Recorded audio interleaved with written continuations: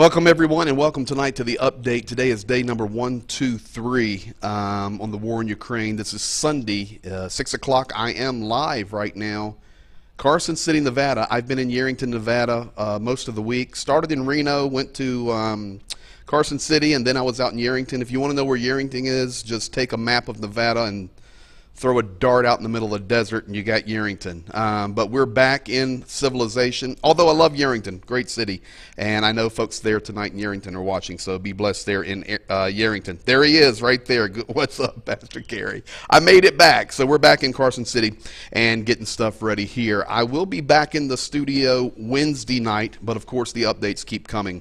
So thank you for being here tonight for the update. I see lots of you guys here, so welcome to you. Jeff Burnett, as always, thank you for moderating, dude. Ever since you moved into the moderation and we made some adjustments, we've had no more problems. John Moore checking in from Modesto, California. Welcome to you, buddy. I'm still over the hill from you. In fact, folks, I'm going to show you a picture right now. Pretty interesting. This is my view right this very second. This is what I'm looking at out the front of these windows here, those mountains right there. You can see the sun setting in the west. And if you were to go over those mountains, you could go swimming in Lake Tahoe. Beautiful, beautiful Lake Tahoe. So much different than the Palatial Studios there in Greenville, Pennsylvania. So that's my view out the window. And thank you guys for being here. Paul Kiss, our resident Canadian Pennsylvanian. Roe Gammon from Virginia checking in. Rick Berry. I see you there, Eric Wood. Ricochet, Florida. Welcome to you, Riddy Behrman. All of you guys, welcome to you. I want to jump right to it and get to the update tonight. It's probably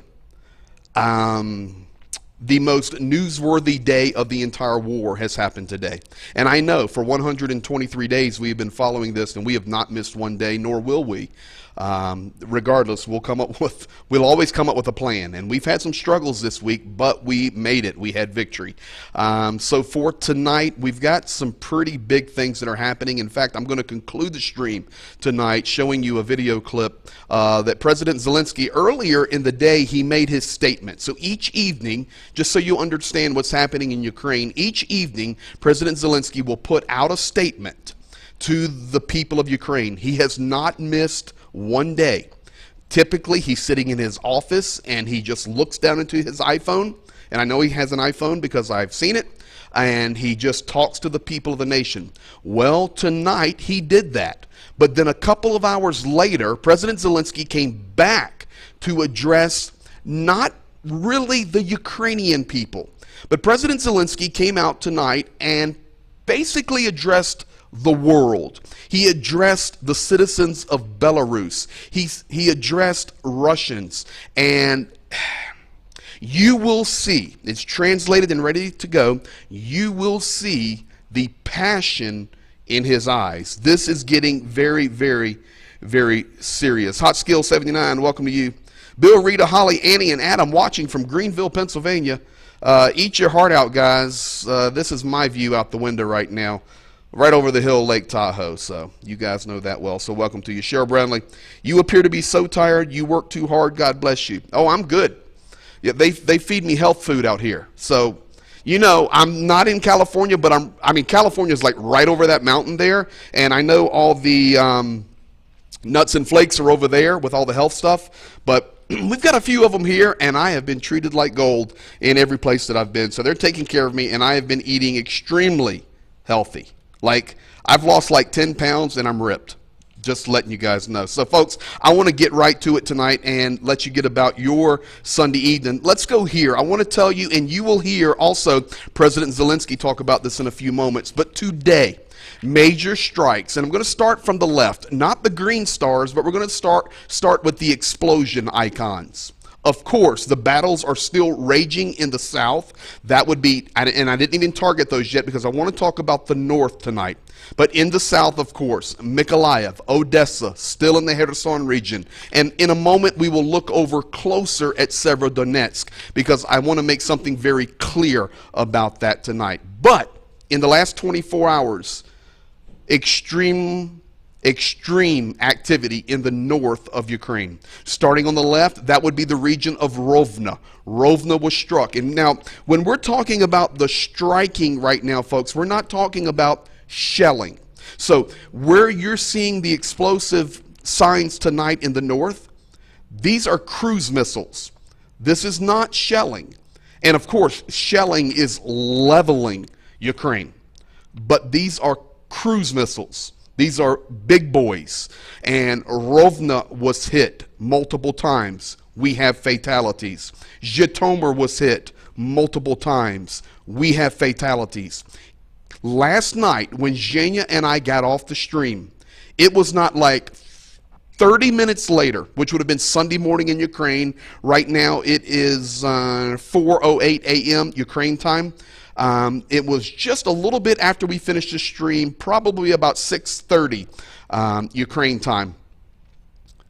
My phone started blowing up. I started getting messages, and Kyiv, the capital city, was struck very hard with cruise missiles, fatalities, and not an outlying region, but this was the center of Kyiv was struck. President Zelensky will talk about that, but we've lost life, and residential buildings are targeted, kindergartens, schools, and it's very interesting on the timing of the targets. We'll talk about that more in a moment. Go up to the fourth explosive symbol there, and you have Chernihiv. Of course, Chernihiv is being shelled again, as well as the explosive symbol to the far right, Sumy. Now, I left out Kharkiv tonight. I left out the east because I didn't want to focus on those regions. Is Kharkiv being hit? Absolutely. They're trying to take Kharkiv. They're going to try to take Kharkiv. And of course, in the east, we have lost Severodonetsk. We'll talk about that more in just a moment. Rick Berry, I don't need your joking on my lost 10 pounds. You can take my word for it. Stephen Osgard, welcome to you. You got a big happy birthday to you there, BCT. Oh yeah, and today, everybody, today is my father's birthday. He's watching from Greenville, Pennsylvania. 71 years old today, and healthy as a horse. Happy birthday to you, BCT. And I can actually see through the camera into your living room there, and I see a big smile on your face. So happy birthday to you. So here we go, folks. Over the last 24 hours, an additional 50 cruise missiles was sent. Remember, just last night, it was Zhenya and I telling you that there were 48 cruise missiles sent. Today, an additional 50. Zhytomyr, Chernihiv, Kyiv, Sumy, Rovna. In fact, right now, I was receiving some video in. Even 18 hours later, they are still pulling people out of rubble. And I did receive some video, and I just chose not to play it because the rescuers are working, but you can hear the people under the rubble. So just let that be in your mind. Let that be in your heart. And I know it happens in earthquakes, and we have rescue teams, but we have a terrorist state, a terrorist dictator, sending cruise missiles on kindergartens and residential buildings while people are sleeping. So this is not like, an earthquake. This is man-made. This is evil. And right this very minute, you're sitting on your sofa, you're in your car, wherever you may be, you're watching this update, and you're good. But right now, there are people trapped under the rubble in Kyiv, Ukraine. Now, the next thing I want to move over and talk a little bit about is Slavyansk. Slavyansk over to the east. We know that Severodonetsk has fallen. It's probably 10 days ago.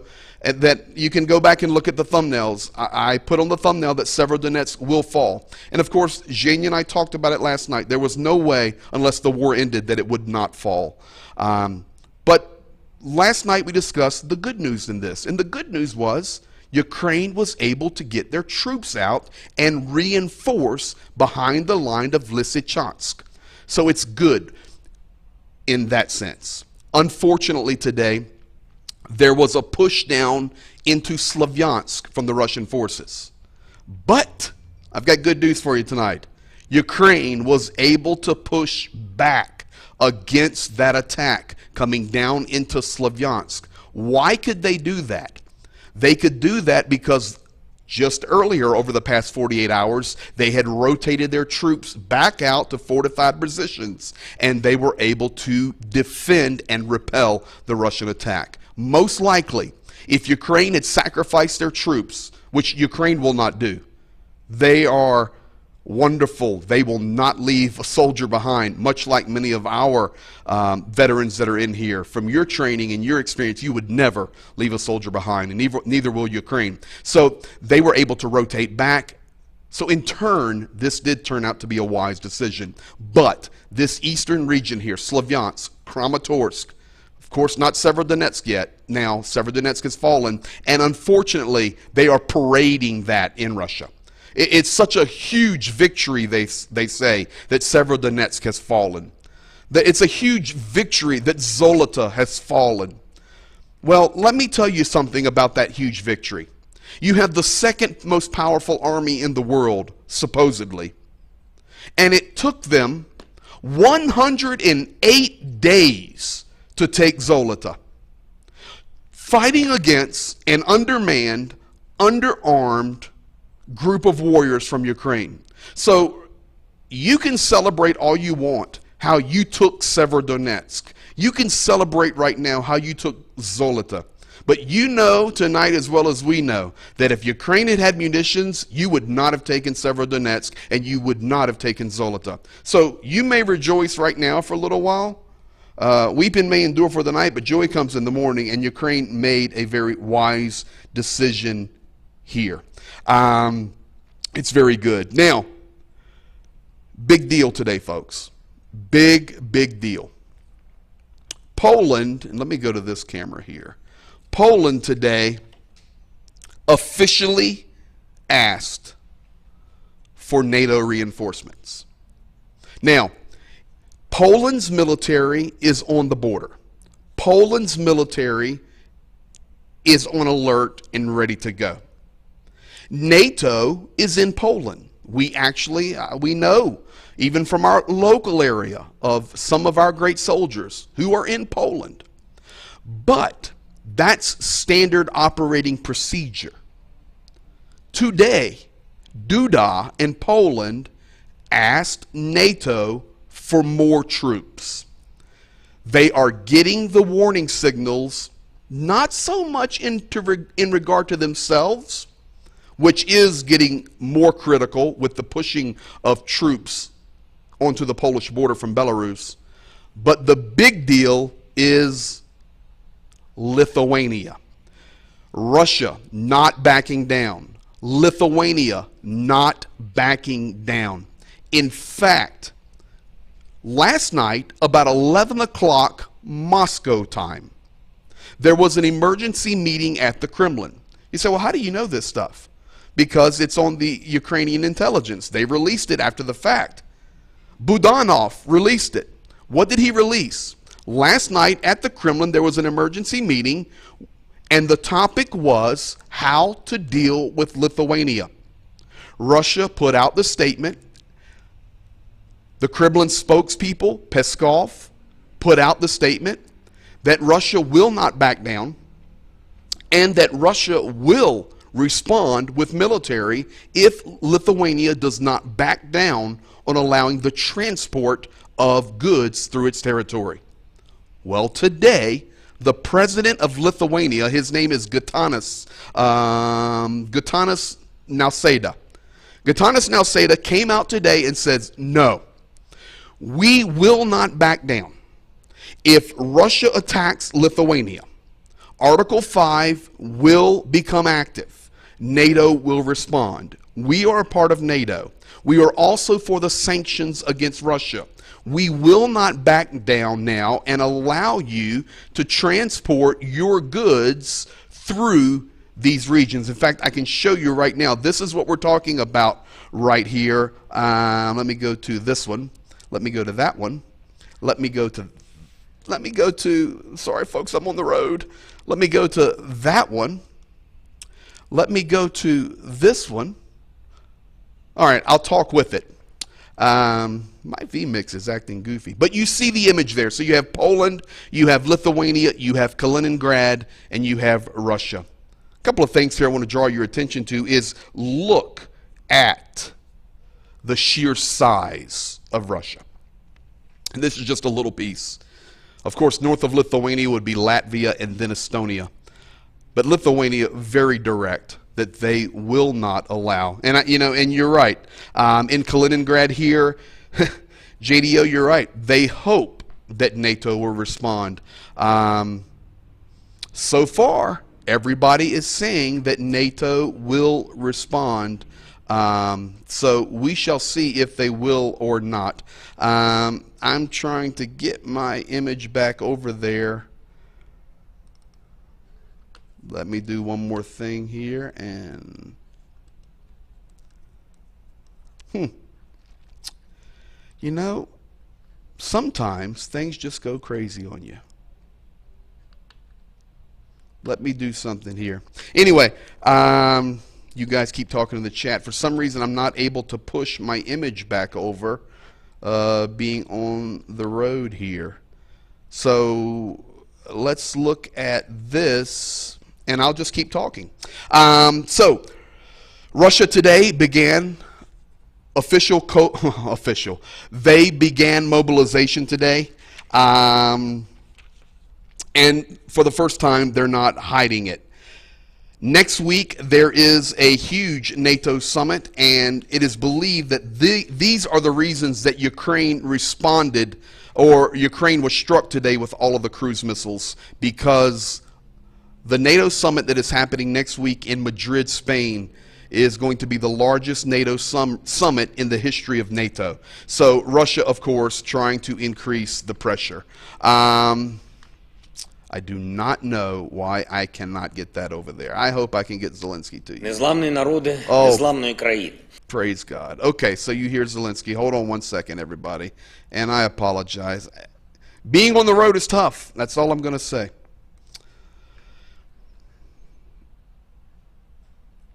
Being on the road is tough. Let me close that out. And let me do this. I'm coming to you, I promise. There we go. Woo! So let me look at some, Talking Head had much to say. That's correct. Troops mobilizing in Kaliningrad, lots of supply shipments. I'm just reading some of the chats here from air and ship in the last 24 hours. That is correct. You know, I would put it right now with the things that we are seeing, that there's over a 50% chance that something is going to escalate there. Today, Russia warned that any NATO military action against Kaliningrad will result in nuclear war. That is correct. And not only that, it just come out a few minutes ago, now that I got my camera back right, it just come out a few minutes ago that Russia's already saying that one of their primary targets would be, where? London. And of course, saber rattling, it doesn't matter at this point, because, you know, I was talking here in Carson City just a few moments ago with some folks, and they were just trying to figure out, why on earth is this happening? How would this happen? This is not possible, what is happening. You know, we didn't think, honestly, and be honest with yourself tonight, how many of you ever thought that you would see a war like we're seeing happen, and really the silence of the world? Unbelievable. With that said, now we're at the position where really Lithuania is becoming target number 2, not Poland, Lithuania, because of the connection to Kaliningrad. That's the deal. That's that access to the sea. It's vitally important. So it's becoming a primary target. So I know you're there tonight on your Sunday night, wherever you're at, or maybe it's Monday morning for you, and you're sitting here and you're going, you know what, PG, there's no way that we're going to get Lithuania involved in this. No way that it's going to boil over. Well, that would probably be the same topic you would have had 6 months ago. There's no way that Russia will invade sovereign Ukraine. Yes, they're messing around in the east, but Ukraine is a big nation. There's no way. Well, here we are. Last couple of things I have for you. I've got the 50 bus. I got Sloviansk. I've got Poland asking for increase. Putin and Lukashenko, they met today. We told you that was coming. Putin and Lukashenko met today in Belarus. Not in the Kremlin, but in Belarus. Vladimir Putin released a statement this evening where he said, our discussions today were the transferring of military equipment, now listen, from Russia to Belarus.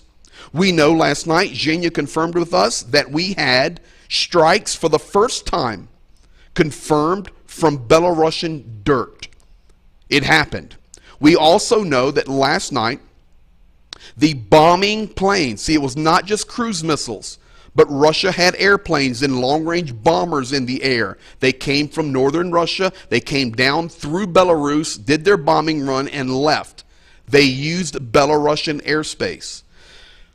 You're going to hear President Zelensky in a moment make a very bold statement where he says, if you are participating in this, you're an air traffic controller and you let airspace open, or you are a plane mechanic and you're fixing the airplane, or whatever it may be, you are guilty.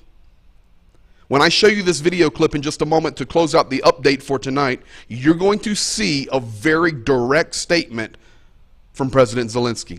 Putin and Lukashenko, we were talking about last night, the transference of munitions that have been stored in Belarus, not only toward the lines of sovereignty for Ukraine and Poland and Lithuania, but also wrapping around through Russia to come in and supply the East and the South. Today, after the meeting, Putin and Lukashenko, Putin comes out and says, okay, we're also going to supply Belarus with weapons. We're going to be pushing more Iskanders. Folks, that is long-range missile systems. Of course, they're nuclear capable. We're going to be pushing more mobile missile systems into Belarus. Why? Because that is their, not only the front against Ukraine. That's not the deal. The deal now is NATO. The deal now is Poland and Lithuania. Lots of chess moves being made. And I hope, and I think that was a great comment there, I hope that if we do go to the next level, that the world will respond. I hope the world would not let this happen again after World War II. Tons said never again, and yet here we are, CZ. You're exactly right, my friend.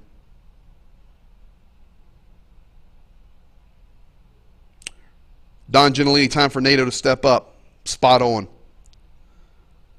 JDO, only Western politicians thought there was no way Russia would invade. Anyone that was aware of modern Russian history with its neighbors knew it was a real possibility. 100%. Folks, listen, I've been working there for 25 years. This war didn't start on February the 24th. That was just this phase of the war. You need to hear me very closely. They've been fighting in the East for 8 years, and nobody has said a word. They stole Crimea in 2014, and the world turned its head. They have been plundering and destroying Lugansk and Donetsk Oblast for 8 years. The only thing that grabbed the attention of the world was this invasion. They have no desire to stop. Putin will not stop. Today, Michael McCall came out, the former ambassador to Russia, Stanford University professor. He's a Democrat, but he knows the answer here. He was very pointed and direct in his statements today, and he says, listen, talking's over. Folks, this is a Democrat under the Obama administration, ambassador to Russia. He says the only thing that we must do now is defeat Russia. Do not think that they will not push Lithuania, that they will not push Estonia, and that they will not increase the attacks in Ukraine.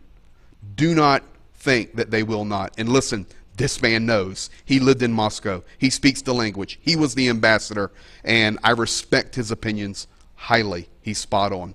So, folks, with that said, you're updated for tonight. This is day 123. And where I want to close tonight, and I'll come back and tell you good night. But, folks, I want you to turn your volume up. Get ready to read the transcriptions at the bottom, the translation at the bottom. And as President Zelensky is talking, this is a 6-minute statement. I remind you, he made his evening address. And then it was a couple of hours later that he comes out. And he's not looking down at his iPhone like I've played you many videos, but he's looking directly in another camera. And you can see on his face and hear in his tone, and read in the translation. He's not playing. Can we say we've reached critical? We absolutely can say we've reached critical. Folks, President Volodymyr Zelensky being very direct tonight. Here we go. Turn your volume up. Незламні народи незламної країни. Росія сьогодні знову вдарила ракетами по Києву рано вранці. Друга армія світу звитяжно перемогла дитячий садочок і житловий будинок. Загинув чоловік, йому було лише 37 років. Є поранені. І серед них дівчинка, звати її Женя. Їй 7 років, донька загиблого. Зараз вона в Охмадиті. Також поранена її мати, до речі, громадянка Росії. Ось так. Їй в нашій державі нічого не загрожувало. Вона була у повній безпеці, поки в самій же Росії не вирішили, що усе для них тепер однаково вороже. Жінки, діти, дитячі садочки, житлові будинки, лікарні, залізниці. Ракети били і по Миколаївській області, і по Чернігівщині, і по Одесі, і по Черкасам. Артилерійські і мінометні обстріли не зупинялись і на Харківщині, і в Сумській області, і на Донбасі, і на півдні нашої держави. Мої співчуття рідним і близьким загиблих. Усім, хто був поранений, надається вся необхідна допомога. Частину ракет збито, але тільки частину. Нам потрібна потужна протиповітряна оборона, сучасна, повністю ефективна, яка може дати повний захист від цих ракет. Про це щоденно ми говоримо з партнерами. Є вже деякі домовленості, і партнерами треба рухатись швидше, якщо вони дійсно партнери, а не спостерігачі. Затягування з передачею зброї нашій державі, будь-які обмеження – це насправді запрошення для Росії бити знову і знову. Окупантів, цих терористів, треба бити з усієї сили, щоб вони не думали, що можуть тиснути і когось переграти. Про що ці ракети сьогодні? Про що і вчорашні 62 ракети? Це за одну лише суботу, за 24 години. Вони про російський почерк. Робити ескалацію щоразу, коли відбуваються міжнародні події. І водночас вони про рішучість. Про те, наприклад, що лідери Великої Сімки, які саме сьогодні зібрались в Німеччині на саміт, мають достатній спільний потенціал, щоб зупинити російську агресію і проти України, і проти Європи в цілому. Це можливо. Але це можливо тільки, якщо ми отримаємо все те, що запитуємо. І саме у такі терміни, у які потребуємо і зброю, фінансову підтримку, і санкції проти Росії. Інакше у цій війні не може бути, бо саме тут, в небі, над Києвом, в морі, біля Одеси, на землі Харківщини, Донбасу, у Херсоні і в Запорізькій області, ось де вирішується, яким буде життя в Європі надалі. Саме у нас, в Україні. І ніде більше. Звичайно, немає у Росії стільки ракет, скільки у нас є впевненості у власних силах, але російську зброю може зупинити тільки потужніша зброя. Говорив сьогодні про це з прем'єр-міністром Канади Джастіном Трюдо. Як можемо ще посилити оборонну підтримку для України і як можемо ще посилити санкційний тиск на Росію. Подякував Джастіну за вже надану допомогу, одну з найбільш відчутних. І сьогодні хочу сказати ще декілька речей, дуже адресних. Во-первых, все летчики, диспетчеры, техники и другие люди, которые обеспечивают запуск ракет по Украине, должны понимать, мы всех вас найдем. Каждый из вас будет отвечать за эти удары. И если кто-то думает, что уйдет от ответственности, сказав, что такой был приказ, вы ошибаетесь. Когда ваши ракеты бьют по жилым домам, это военные преступления. Суд – вот что вас всех ожидает. И вы не спрячетесь нигде. Ни на берегах Каспийского моря, над которым запускаются ваши ракеты, ни в Беларуси, нигде. И отдельно я хочу обратиться сегодня к гражданам Беларуси, к людям и к гражданским, и в погонах. Вас втягивают в войну. И даже активнее, чем это было в феврале и в весенний месяц. В Кремле за вас уже все решили. Ваши жизни для них ничего не стоят. Но вы не рабы и не пушечное мясо. Вы не должны умирать. И вы в силах не дать никому решать за вас, что вас ждет дальше. Я знаю, что народ Беларуси поддерживает Украину. Они поддерживают нас, точно нас, а не войну. И именно поэтому вас, всех белорусов, российское руководство и хочет втянуть в войну, хочет посеять ненависть между нами. От простых людей Беларуси сейчас зависит очень многое. И я знаю, что вы можете не участвовать в этой войне. Ваши жизни принадлежат только вам. І только, а не кому-то в Кремлі. Україна буде захищатись від ударів з будь-яких напрямків і з будь-якої зброї. Я впевнений, ми вистоїмо і повернемо все своє. Але будь-яка людина, просто нормальна людина, в будь-якій державі, в тому числі в Білорусі, може зробити свій внесок у захист життя. Цей тиждень буде дуже важливим для нас усіх. Тому продовжуємо працювати на всіх рівнях і не збавляємо наш темп. Слава усім, хто захищає державу. Слава Україні! Well, it makes me want to stand up and salute. Listen, most of you have been here with me almost every night for 123 days. I have played you many clips translated so that you're able to read and understand what President Zelensky is saying. But folks, could you see his face? Could you hear it in his voice? And I just remind you, I wrote down a few things. You know, earlier when I was giving you the map and the updates, I told you it was active in the south and the east, and President Zelensky went on to describe every city. Folks, it was bombarded today, really over the last 48 hours in Ukraine. And somebody was writing in the chat, I was watching the chat, that like the G7 was meeting and the missiles were flying. And then, of course, you see President Zelensky make that same statement. It's interesting. Every time there's a key meeting, the missiles are flying. I hate to say it this way, but for the Kremlin, they're playing the game. He said, delays are an invitation. He's right. When the world is slow to respond, well, we'll send you one system. We'll send this system. It'll be there in October. It'll be there in November. Okay, you know what? All you're doing is inviting Russia to continue. He then declared, as we have declared, as Michael McCall declared, Russia must be defeated. There is no other option at this point. There's no taking your tanks and going home. Russia must be defeated. He then mentioned three major cities, Kyiv, Odessa, and Kharkiv. You have to understand, Kharkiv, the largest city in the east, and Kyiv, the beautiful capital city. When normal things are going on in the metro area, you're talking about 5 to 7 million people at a time in that city. It's a big city. And then, of course, Odessa, the huge port city down there on the Black Sea. And, of course, we could add Lvov, the beauty in the west. These are key cities, and Russia is targeting them. Finally, you may not know this, but President Zelensky, he went to the Russian language, and he said, I now want to be very targeted. If you are supporting this war, if you are an airplane mechanic, if you are a janitor, if you load a weapon, I mean, it was Ronald Reaganish, folks, or whoever else you would like through history that if you have studied. He said, we will find you all. You will have nowhere to hide, and we will hunt you down.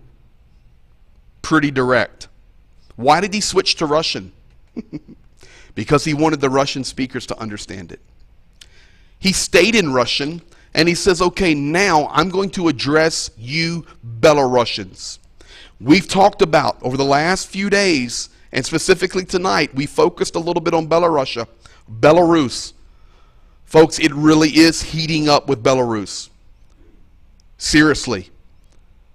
I'm warning. I'm warning. It's heating up. President Zelensky, of course he knows it.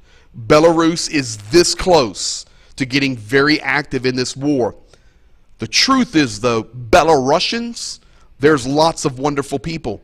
Just like there's wonderful Russians, there's wonderful Ukrainians, there's wonderful Iranians, there's wonderful people in the world. But lots of Belarusians that I know, Belarusian people, they're good people. And they actually support Ukraine, but they also are living in a communist state under Grandpa Dedushka Lukashenko, President Lukashenko. And he is in Putin's pocket, and now Putin is putting him on the world stage saying, Grandpa Lukashenko, I'm going to send you some Iskanders. And what's he doing? He's gloating. So Zelensky comes out and directly addresses the Belarusians. You're being drawn into this war and you do not want to die. So stand up, continue to support Ukraine, and do not be fooled into the games that the Kremlin is playing. Folks, President Zelensky said it better than anybody else. Thank you so much, all. What was the Swedish name for St. Petersburg? I'd like to start using again soon. I do not know off the top of my head, but I'll find it out. Thank you, guys. President Zelensky in 6 minutes gave a powerful update. I'm glad you were here to share it tonight. This is the update for day 123. You are fully updated, and we will see you in 23 hours. Talked to Jane a little while ago. He should be with me tomorrow night. You guys be blessed. Peace to you. Peace to Ukraine. We'll see you in 23. Okay. You first. No, I'm first. A good night to all. To all, a good night.